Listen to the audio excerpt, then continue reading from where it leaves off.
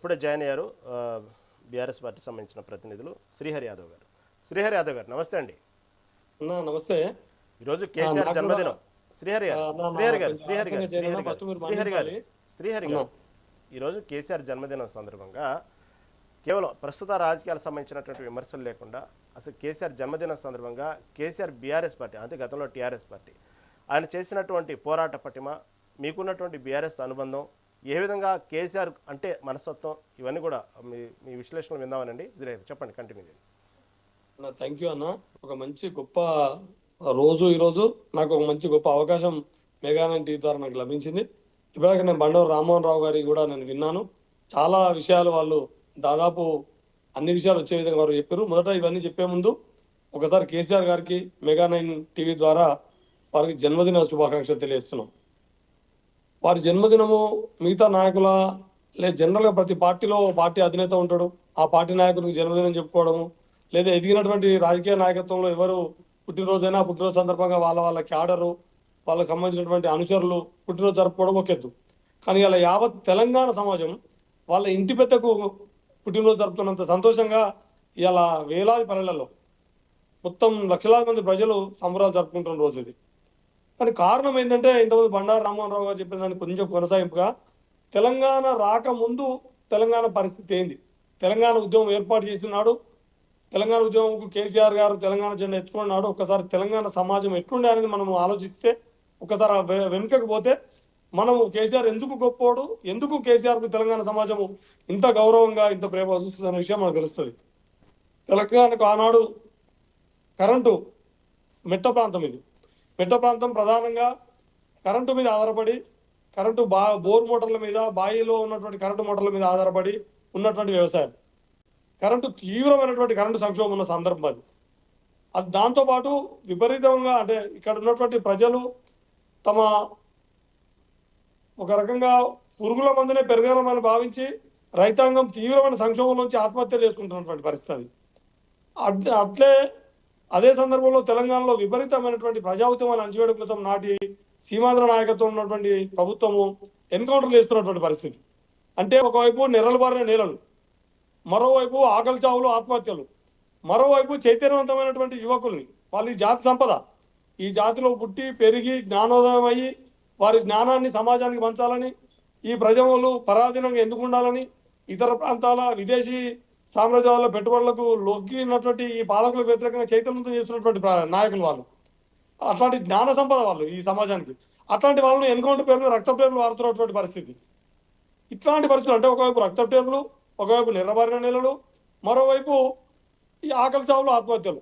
ఈ సందర్భంలో తెలంగాణ ఆవశ్యకత ఏంది?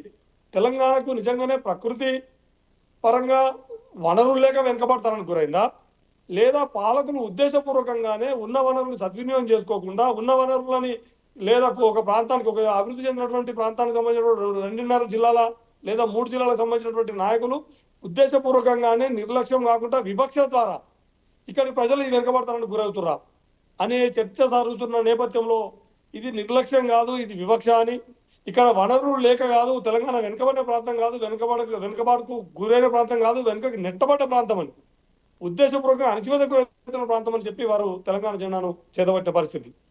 వారు పట్టినాడు. ఇంతకుముందు రామ్మోహన్ రావు గారు చెప్పినట్టుగా వారికంటే ముందు చాలా మంది ప్రయోగాలు చేస్తున్నారు. నేను ఆ లోతులోకి పోను. 56లో అసలు ఆంధ్రప్రదేశ్ ఏర్పడినాడే, ఆంధ్ర రాష్ట్రం హైదరాబాద్ రాష్ట్రం విలీనమైన నాడే వ్యతిరేకించిన రోజులు ఉన్నాయి. 69 ఉద్యమం, తర్వాత 72లో మళ్ళీ సంపూర్ణ తెలంగాణ కోసం ఉద్యమం. అన్ని సరినా కూడా తెలంగాణ సాకారం కాదని ఒక అపనమ్మకం ఉంది. రాజకీయ నాయకత్వం మీద తెలంగాణ నమ్మకం లేని పరిస్థితి. కానీ ఎక్కడో ఒక రాజకీయ నాయకత్వం ద్వారా మాత్రమే తెలంగాణ వస్తుందని నమ్మే ఒక ప్రజలు ఉంటే, లేదు పోరాటం ద్వారా మాత్రమే తెలంగాణ వస్తుందని చెప్పి ఒక 2 పాయలుగా తెలంగాణ ఉద్యమం ఉన్న టైంలో తను రాజకీయ నాయకత్వం నుంచి వచ్చి జయశంకర్ లాంటి వాళ్ళు మధ్య అంటే సమన్వయం చేసి, అంటే మనకు పోరాడే శక్తులు అవసరమే, రాజకీయ నాయకత్వం లేకుండా రాజకీయ లాబింగ్ సాధ్యం కాదు. కానీ లాబింగ్ లో మన వర్త్, మన వెయిట్ ఈ కేంద్రంలో ఉన్నటువంటి ప్రభుత్వాలు కానీ మొత్తం ఈ భారతదేశంలో ఉన్నటువంటి రాజకీయ పార్టీ గారు ఒప్పుకోవాలంటే బలమైనటువంటి ప్రజా ఉద్యమం కూడా ఉండాలి. కాబట్టి ఒకవైపు ప్రజా ఉద్యమ శక్తుల్ని సమీకరిస్తూ ఐక్య కార్యాచరణకు ఏర్పడడం, మరోవైపు రాజకీయ నాయకత్వం కూడా ఖచ్చితంగా తెలంగాణ రాష్ట్ర ఏర్పాటే ఏకైక డిమాండ్, ప్రధాన డిమాండ్గా, ఏకైక డిమాండ్గా పనిచేసే విధంగా రాజకీయ నాయకత్వాన్ని ఈ రెండింటిని సమన్వయం చేయడంలో కేసీఆర్ లాంటి నాయకుడు ఉండడం అనేది కేసీఆర్ లాంటి నాయకుడు రావడం అనేది మాత్రమే ఇవి సాధ్యమవడానికి కారణమైంది. నేను తెలంగాణ రాష్ట్రం ఏర్పడిన తర్వాతనే నేను టీఆర్ఎస్లోకి వచ్చిన. నేను మొదట్లో మా ప్రాంతం సిద్దిపేట, మాది కేసీఆర్ గారి నియోజకవర్గంలోనే ఒక ఊరు. 94లోనే ఈ ప్రాంతంలో 94-95లోనే తెలంగాణ స్టడీ ఫోరము, అప్పటికే మేము పీడిఎస్ విద్యార్థి సంఘంలో ఉన్నాం. ఆ సందర్భంగా తెలంగాణ వెనుకబాటుకు కారణం ఎవరు అని చెప్పి, తెలంగాణ వివక్ష కారణాలు ఏమిటి అని అప్పటికే కరపత్రాలు వస్తున్న పరిస్థితి. తెలంగాణ స్టడీ ఫోరం పేరుతో, తెలంగాణ రకరకాల ఇన్ఫర్మేషన్ ట్రస్ట్ పేరుతో కరపత్రాలు వచ్చి చిన్న చిన్న గ్రూప్ మీటింగ్ జరిగేవి. మేము 95లోనే ఆనాటి నక్సలైట్ పార్టీలలో సిపిఎం జనశక్తిలో ఒక పార్టీ అయినటువంటి వీరన్న, పీడిఎస్ రాష్ట్ర అధ్యక్షుడిగా ఉన్నటువంటి వీరన్న నాయకత్వంలో మే 70th కామ్రేడ్స్గా మేము ఆ రోజు ఏర్పడ్డాం. ఆ రోజే తెలంగాణ కావాలి, తెలంగాణలో ప్రజాస్వామిక లేదా దళిత భోజన తెలంగాణ కావాలని చెప్పి నినాదంతో కరపత్రాలు వచ్చినాయి. ఇంతకుముందు మనం అందరూ చెప్పుకుంటున్న భువనగిరి మీటింగ్తో పాటు ఒక పెద్ద భారీ బహిరంగ సభ జరిగింది. భువనగిరి మీటింగ్ ఏమో ఒక హై స్కూల్ గ్రౌండ్లో జరిగింది, కానీ సూర్యాపేటలో ఒక పెద్ద వేలాది మంది ఒక భారీ బహిరంగ సభ జరిగింది. అది తెలంగాణ మహాసభ పేరుతో. దానికి ఉన్నటువంటి చెరుకు సుధాకర్ గారు దానికి కన్వీనర్గా ఉండ్రి ఆ రోజు. ఇప్పుడున్న వి ప్రకాష్ గారు అందులో పార్ట్ ఆఫ్ ద మెంబరు, వారు కూడా ఒక సభ్యులు అందులో. అప్పుడు తెలంగాణ మహాసభకు తెలంగాణ మహాసభ ఏర్పడింది. తెలంగాణ కావాలి, తెలంగాణలో దళిత భోజన ప్రజారాజ్యం రావాలని. ఆ వేదిక మీద కాళోజీ గారు, విద్యాసాగరరావు గారు, మన ప్రొఫెసర్ జయశంకర్ గారు, వీరందరూ కూడా పాల్గొన్నారు.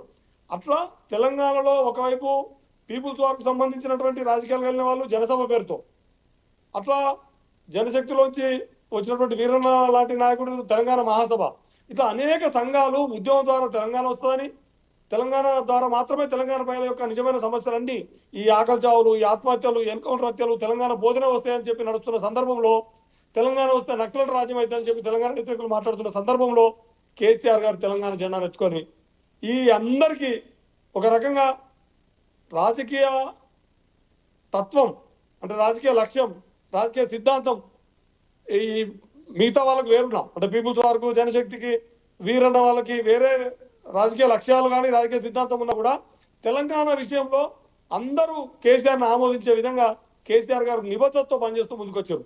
తెలంగాణ రాష్ట్రాన్ని అప్పటికే చాలా మంది వెనుకకు పోయిన సందర్భంలో, అంటే తెలంగాణ రాష్ట్ర జెండా ఎత్తుకొని వాళ్ళకి పదవులు రాగానే, వాళ్ళకి కొన్ని రాజకీయ అవసరాలు తీరగానే జెండాను కాడెత్తుతున్న పరిస్థితి. అప్పటికే మేము మాలాంటి అనేక ప్రజా సంఘాలు, తెలంగాణ ఐక్య కార్యాచరణ కమిటీ, జేఏసీ కోదండరాం ఏర్పడే ఐక్య కార్యాచరణ కమిటీ కాదు, అందుకంటే ముందే మాకు తెలంగాణ ఐక్య కార్యాచరణ కమిటీ ఉంది. ఆ తెలంగాణ ఐక్య కార్యాచరణ కమిటీకి ప్రొఫెసర్ మన పాషం యాగిరి గారు కన్నున్నారు. ఆ ఐక్య కార్యాచరణ కమిటీలో ఆకుల భూమయ్య గారు, తోట హనుమాన్ గారు, మేము, ఇలా బెల్లయ్య నాయక్ గారు, మేమందరం అందులో కమిటీ సభ్యులం. అంటే జనసభ, మహాసభ, జన పరిషత్ అంటే కేశవరావు జావు సార్ లాంటి వాళ్ళు అందరు కలిసి ఐక్య కార్యాచరణ కమిటీ నడుస్తున్న సందర్భం అది 2001 తర్వాత. కానీ కేసీఆర్ గారు ఒక నినాదం ఇచ్చారు. అప్పుడు తెలంగాణ కాడిని కనుక నేను ఎత్తేసినట్టుంటే, లేదా తెలంగాణ జెండాను నేను వదిలి తెలంగాణ రాష్ట్ర నినాదాన్ని నేను వదులుకుంటే నన్ను రాళ్లతో కొట్టి చంపండి అని చెప్పి ఒక డేరు నిర్ణయాన్ని ఆ రోజు ప్రకటించారు. అప్పుడు మొత్తం తెలంగాణలో ఉన్నటువంటి ఉద్యమ శక్తులు అందరూ కూడా ఆశ్చర్యపోయారు. ఇంత కఠినంగా అంటే ఇంత గట్టిగా నిలబడతాడు ఖచ్చితంగా. అట్లా దాని తర్వాత తెలంగాణ ఉద్యమం ద్వారానే వస్తుంది, నువ్వు కాంగ్రెస్ లో భాగస్వామ్యం కావద్దు అని అలయన్స్ గవర్నమెంట్ లో తను భాగస్వామ్యం అయినప్పుడు కూడా మేము ధర్నాలు చేసిన పరిస్థితి. ఆ రోజు ఇందిరా పార్క్ దగ్గర ప్రభుత్వం నుంచి బయటకు రావాలి, చర్చలు వైదొలిగింది రాజశేఖర్ ప్రభుత్వం. చర్చల పేరుతో కొంత కాలం గడిపి ఆ తర్వాత చర్చలు విఫలం చేసి ఆయుధాలు అడ్డంకి పెట్టి చర్చలు విఫలమై మళ్ళీ తిరిగి దాడులు ప్రారంభించిన సందర్భంలో నువ్వు మనుషులు తెలంగాణ ప్రజలను చంపుతూ తెలంగాణ ప్రజలకు నష్టపోయేటటువంటి ప్రాజెక్టులను వాడు కట్టుకుంటూ పోతుంటే, తెలంగాణ సంపదను వాడు దోచుకుంటూ పోతుంటే, మీరు తెలంగాణ వ్యతిరేకమైనటువంటి సీమాంధ్ర ప్రభుత్వంలో మీరు ఎట్లా ఉంటారు, మీరు అందులోంచి బయటకు రావాలని చెప్పి ప్రజలు పెద్ద ఎత్తున ఉద్యమం చేసిన పరిస్థితి. కానీ అన్ని సందర్భాలలో కూడా తన వ్యూహాత్మకమైనటువంటి ఎత్తుగడల ద్వారా తెలంగాణ నినాదాన్ని ఎప్పుడు కూడా సత్తుమనకుండా, ఎప్పుడు కూడా చల్లబడకుండా, ఎప్పటికప్పుడు తనదైన ఎత్తుగడలతో తెలంగాణ ఉద్యమాన్ని సజీవంగా నిలబెట్టడమే కాకుండా కేవలం ధర్నాలు, పోరాటాలు కాదు, మనం లాబింగ్ కూడా చేయాలి. లాబింగ్ చేయాలంటే ఖచ్చితంగా మనము ఆ పార్లమెంటు ప్రజాస్వామ్యంలో పార్లమెంట్ ద్వారా మాత్రమే తెలంగాణ ఏర్పడుతుంది. పార్లమెంట్ ద్వారా తెలంగాణ ఏర్పడితే ఆ పార్లమెంట్ రాజకీయ పార్టీలను, ఆ పార్లమెంట్ యంత్రాంగాన్ని, మొత్తం పార్లమెంటరీ వ్యవస్థను మనం ఒప్పించాల్సి ఉంటుంది. ఒప్పించాలంటే మనం భాగస్వామ్యం అయితే మాత్రమే మనం ఈ లాబింగ్ చేయడానికి కానీ మనం ఎంత పోరాడినా కూడా ఈ వీళ్ళని సమన్వయం చేయకపోతే, వీళ్ళను ఒప్పించకపోతే తెలంగాణ రాష్ట్రం సిద్ధించదనే తన లక్ష్యానికి అనుగుణంగా తను ఏ పోర్టుపోలియో ఏర్పడి ఇంతవరకు నాకు తెలిసి భారతదేశ చరిత్రలోనే 1952లో కొత్త ప్రభుత్వం ఏర్పడిన అంటే జవహర్లాల్ నెహ్రూ గారు ప్రధానంగా ఉన్నప్పటి నుంచి ఒక పోర్టుపోలియో లేకుండా మంత్రిగా ఉన్నాడండి కేసీఆర్ గారు.